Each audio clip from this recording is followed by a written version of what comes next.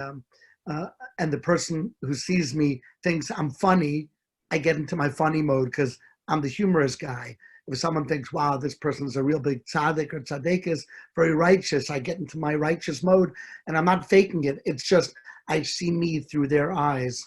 And and what Rivka Malka is saying is really potent, which is that the I or the id exists by itself, because all that really matters in the end of the day is myself and Hashem.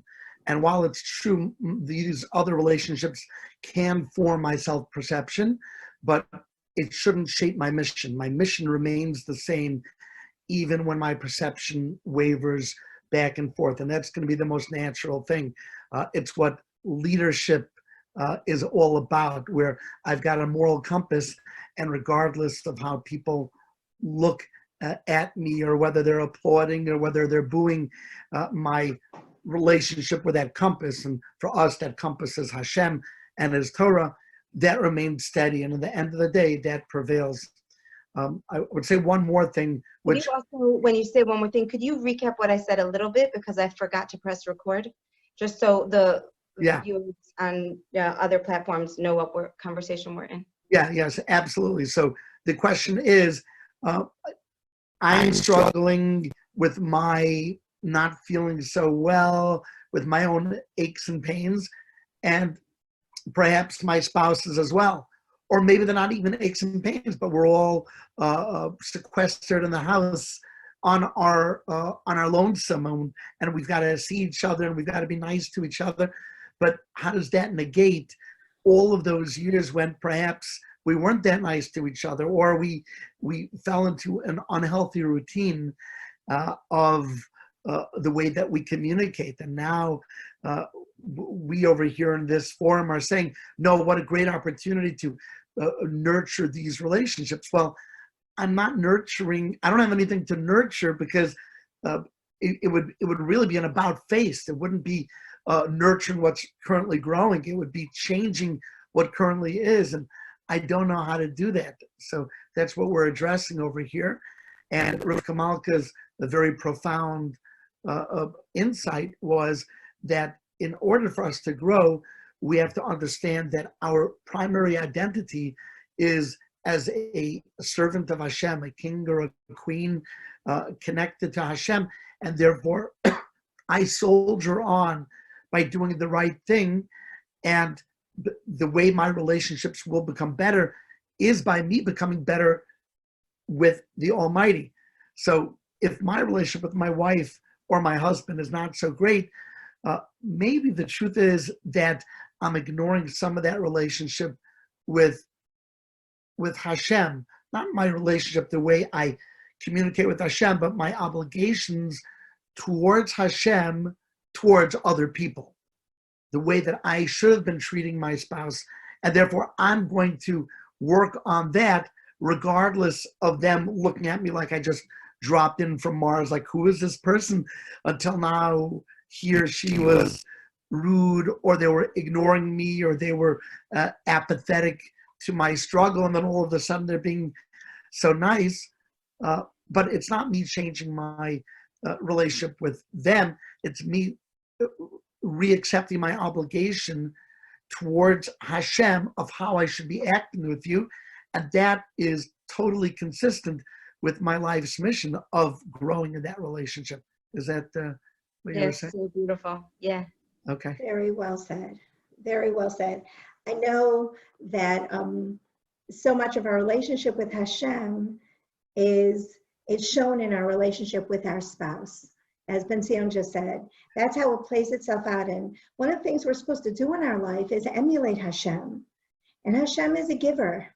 And therefore Hashem made us all so different, because our giving is in our differences. We all have, the two of us together make each other. You become this one. And so this giving becomes so, so important. And recognizing and knowing yourself is such an important part of giving, because you fill in the gaps that he doesn't have. But if all you're looking for is what he doesn't have instead of what you have to offer, then you're missing the whole point. In your giving is to take what Hashem created in you, the strengths that he gave you in your character, and using it towards the avoda, towards the work of serving Hashem by treating your spouse beautifully. It's not just about your marriage. Example of treating a spouse beautifully?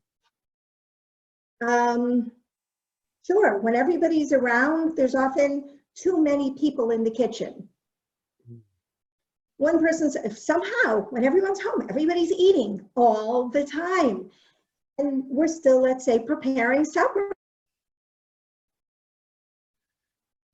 This is true. Who's even going to eat supper? I can't get to the sink to put water in the pot because somebody's over there in the sink, not washing dishes that are there, but making themselves water for tea and taking care of so many things. And it's so easy to fall into a place of frustration or blame or victimhood. And to give in that case might actually be to make an announcement. Okay, everyone, kitchen's mine for the next 20 minutes. I love you all so much. It's time for me to make you supper. Go find something to do somewhere else, because sometimes boundaries is loving and boundaries are giving. So they know that you're preparing this for them. You're taking care of them. You're leaving space for your spouse. You might even say, I'm going to give you 5 more minutes in the kitchen. Take care of whatever you need. And supper time is going to be at 6 o'clock. I'm going to be in here the next half an hour. I need a little bit of space here to take care of this as a family. And that would be an example of giving in a way when people are on top of each other. Be near people. We live in interconnectivity. That's how we function. And therefore, even if you have a giant house, people don't go off into their own rooms for very long. Everybody wants to be around everybody else. So as loving and as amazing and as exciting as that chaos is, sometimes it takes working on our midot, on our character. And it's interesting because in Rambam, Shmona Prakim, it talks about the differences of different midot, of different characters. There's the lonely, and then there's gava, there's haughtiness. And it says that in that middle level, there's no limit. There's no limit to our humbleness, to our being able to say, okay, I'll put myself on hold for a little while now while I let everybody else get themselves in place, and then I'll make room for everyone. And I think that when everybody's on top of each other, it's not negating your self-humbleness. It's making good space for everyone to be together. It's a boundary that's healthy, that's wonderful and loving and good. And I'm sure you have many more examples. Mm-hmm. So interesting that your example brought in a whole nother angle. So it's really, really interesting where your mind just went, because it's critical. So first point that Ben Sion was saying, Rebbe Klatsko was saying, was we can look at ourselves sometimes as if someone's watching. Of course, Hashem is always watching. I remember, when you're a teenager and you have a crush on someone, your mind is like, imagine they were watching me. That's like you're on your best behavior. So, Hashem certainly has a crush on us. He certainly is according to him, Ahava Rabba Ahavtanu. He loves us so much, and he's watching.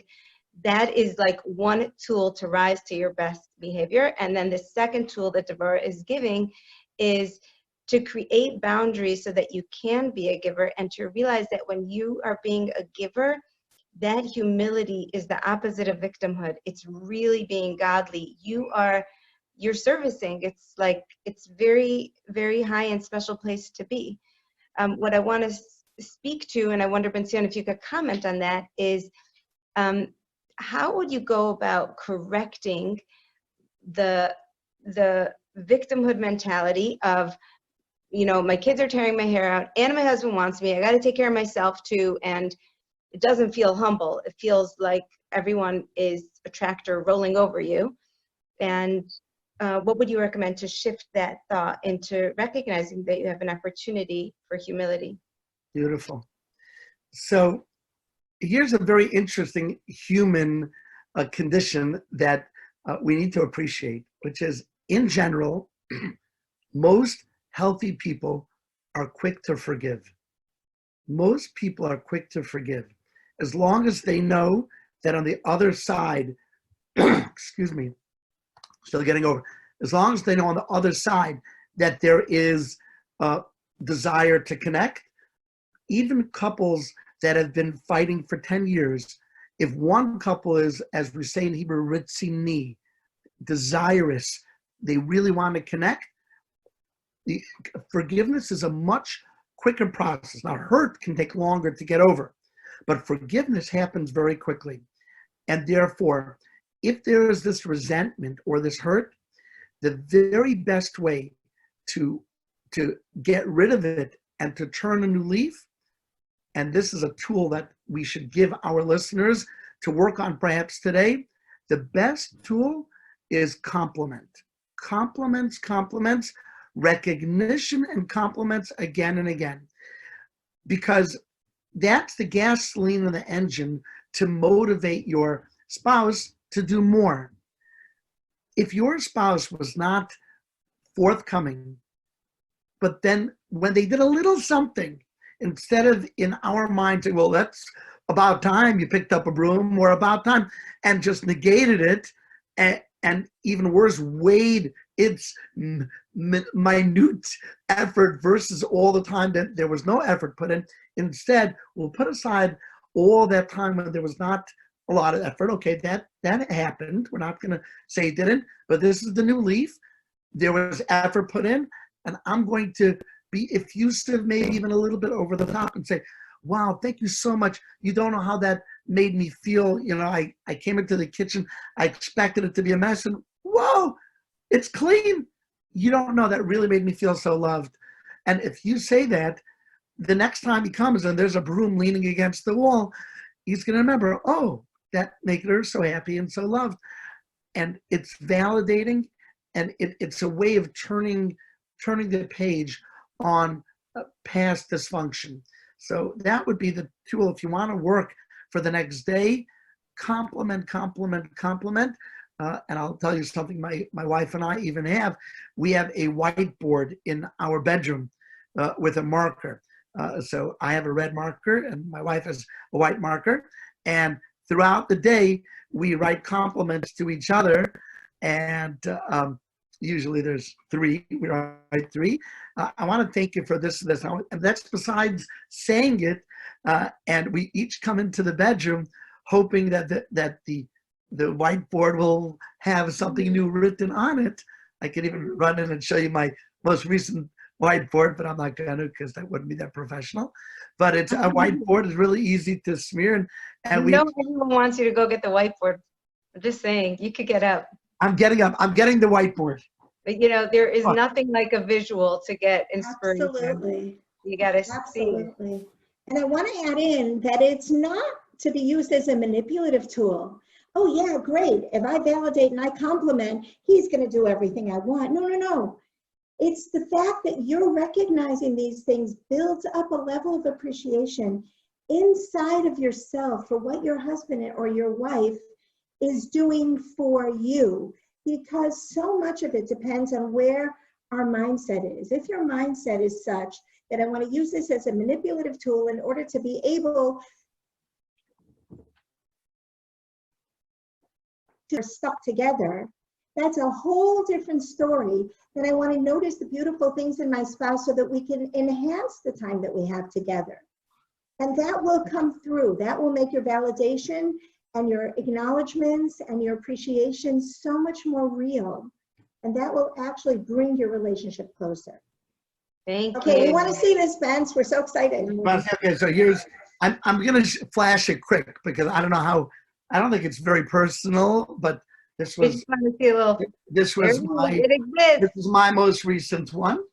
Oh. So pleasance and control makes everything. I love you. That's my. Oh, you really win the Husband of the Year award, guys. Go get that prize. You too can be Husband of the Year. That was awesome. Let's say this is Shani's most recent one.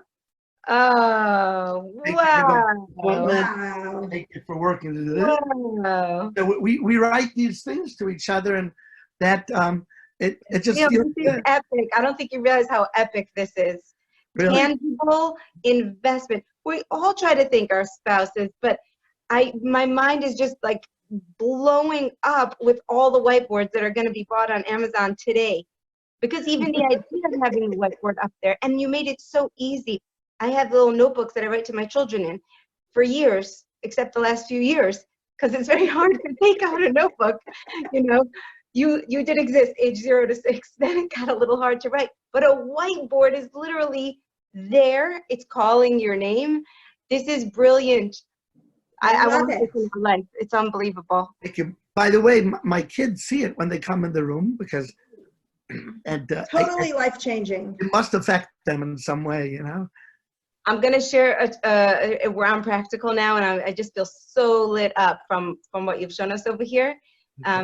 Literally, I don't know, I could just cry. It's like, how much more beauty could there be on the planet than, you know, all of us is an Adam and Chava trying to get back together again. All of us. So when any one couple draws closer to each other, we're literally repairing the world. Literally, it says that Adam and Chava, they started out as one, but they started out back to back. They couldn't see each other. Just like when you start out a relationship, you're not really oriented towards your spouse, you're oriented towards yourself. And wow, he makes me feel so special and I feel so good around her. And then Hashem divides you, right? Now you become two individuals and you have to work on the marriage. And then the process is, can you see eye to eye? Can you join until at the end of days? We're trying to become one. So wow, this avoda is the highest. I have one thing that you both know about. So every Friday night in our home growing up before Kiddush, Daddy Klatsko, that is the patriarch, would thank all the children, welcome the guests, and best for last, thank my mother. Always in beautiful terms. And we have brought this custom into our homes. Us Where too. we, meaning us, Everybody. you're right, that before Kiddush to thank your wife. Now, I took this for granted growing up until the week when my brother, Gabriel, passed away. And they were sitting around his dear wife, and she was talking about her husband, and they had this epic, beautiful relationship. And they were saying, please, we want to do something that will make our women feel as special as you feel, you know? And this was the one thing that many of them took with them, that from then on Friday night, before Kiddush, they would thank their wife. So if you are a husband listening to this, I just want to offer that also as such a powerful practice to do. And if you are a wife who is desiring that her husband thank her before Kiddush, you've got two things to do. You can just tell your husband, not like, I wish you would do like the Klaskos do, but really just say, I would love this. I desire this. I think I would feel so special with this. If you could try. And also, you know, give it up to Hashem and tell him what you want. What do you have to say about that, folks? There are lots of husbands who help also. And I think it's really important for wives to appreciate their husbands who help, not just privately, but publicly. It's the best role modeling you can do for your children. The children see him helping you, but for them to see your appreciation is also really, really important. Yes. Daddy Klatsko sets up the table for Shabbos every single Thursday night and sets up the candles. And that is a recognition that he gets every Shabbos. It's very, very important. Yeah, it has shifted. I think when I was younger, it was like daddy thanking mommy, and then it shifted really to something very mutual, very, very special. There's something that I would share. It's a funny thing. So we do the same thing. I thank my wife in front of our guests. We have a lot of guests. So I don't say I thank my wife, and I say I want to thank my wife, the Rebbitzin. And we have a song, and this song we began singing a few years ago. The Rebbitzin, the Rebbitzin, the Rebbitzin, the Rebbitzin, da da da da da da da da. And we do this by Kiddush, we do it by Havdalah. Now we live stream our Havdalah, and other Rabbanim have watched this and they picked it up, And the Rebbitzin song has literally gone viral. So Really? now all across, I know for sure in North America, it's probably all over the world, people come over to me and they say, oh, we sing the Rebbitzin, we think you sing the Rebbitzin. There's even a music producer who produced a track, the Rebbitzin, like it was a little bit of a hard rock track, but and it all began with thanking Shani. And of course, my wife is very, very humble, very modest, and she would rather me not do it, but she knows I have to because that's my job, is to show my children how much Akar Satov I have. So sometimes for fun, we'll sing it, and my wife will be like, oh no, and then I'll say, and because she loves it so much, let's do it again. And we just sing the rabbits, and it's so much fun. It's so great. It's so, you know what you're pointing at also is ritual. Like there are thank yous that are on a whiteboard, or even on, there's thank yous when you pick up a kid, and then there's the rituals, like you have your whiteboard and an Ashes Chayil thank you and the Rebbitzin, and building those rituals into your life. Like when we were growing up, we had a little song thanking Daddy after a trip. You want to sing that song, Vincian? Remember the Daddy song? Wait, how does it go? Wait, I'm gonna remember it. I don't remember. I don't remember. 1, 2, 3, 1, 2, 3. There's no one like our Daddy. Yeah. Oh, you're not gonna sing it? No. I'm You're done with singing. That's okay. No no, problem. not done. I'm actually coming out with a new song in a day or so, but check it out. All right. Okay. Looking forward. But the idea is that having rituals around appreciation is precious. It can be a yontif and you put a gift on your wife's plate every yontif. It can be an Erev Shabbos and you put a little note on their plate. So when they sit down, there's a little note. And the thing about it is, there's a lot of stuff that in many marriages is just not working so well because time goes by, and just like your car needs maintenance, your marriage needs maintenance. But what I'm hoping from today, what I'm really getting that is happening is the attitude of fun. It's really fun to be your better self. It really is fun to be the creator of love and zest and something new in your family. And who else is going to do it, right? It's you. Okay, can I suggest the topic for tomorrow? Yes. Absolutely. Okay. I think because our schedules are very out of whack, so people are going to sleep at all different times or not even going to sleep. I'm curious how, what your take is on schedule and maybe even going to sleep together or saying goodnight when it's time to go to bed, especially if one of you is a night owl and the other one has to get their 8+ hours of Z's. Like how, I think, yeah, because a lot of people aren't going to work now. So, one of the couples say, hey, it's time to go to bed. And the other's like, oh, I'm just getting started. My day is only like half over. So we, maybe. Let's do that topic tomorrow. Go ahead. Sarah, I'd love to talk about that tomorrow, and I'd love to hear from you people who are listening. You people. Yes. What your thoughts are. We'd love for you to comment. Yeah, can we do a quick commenting? I'm not watching Facebook Live right this minute, but what are your rituals in your marriage that just light you up? Give us some ideas. There, specifically, we're looking for rituals of appreciation. If you have other ones that are really awesome, we want to hear about them. And could you tell me if anything is coming in, because I'm not watching Facebook right now? Yeah, a lot of very, very nice comments. Someone remembers being in awe of your Shabbos table. Javi Simmering. Yeah, I love Javi. Goldie Shaw is saying hi. So is Miriam. Leah Bars is as well.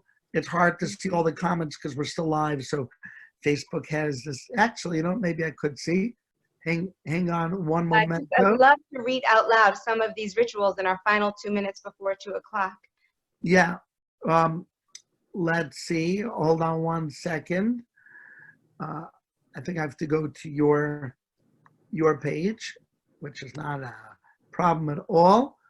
going to the Rivka Malka page.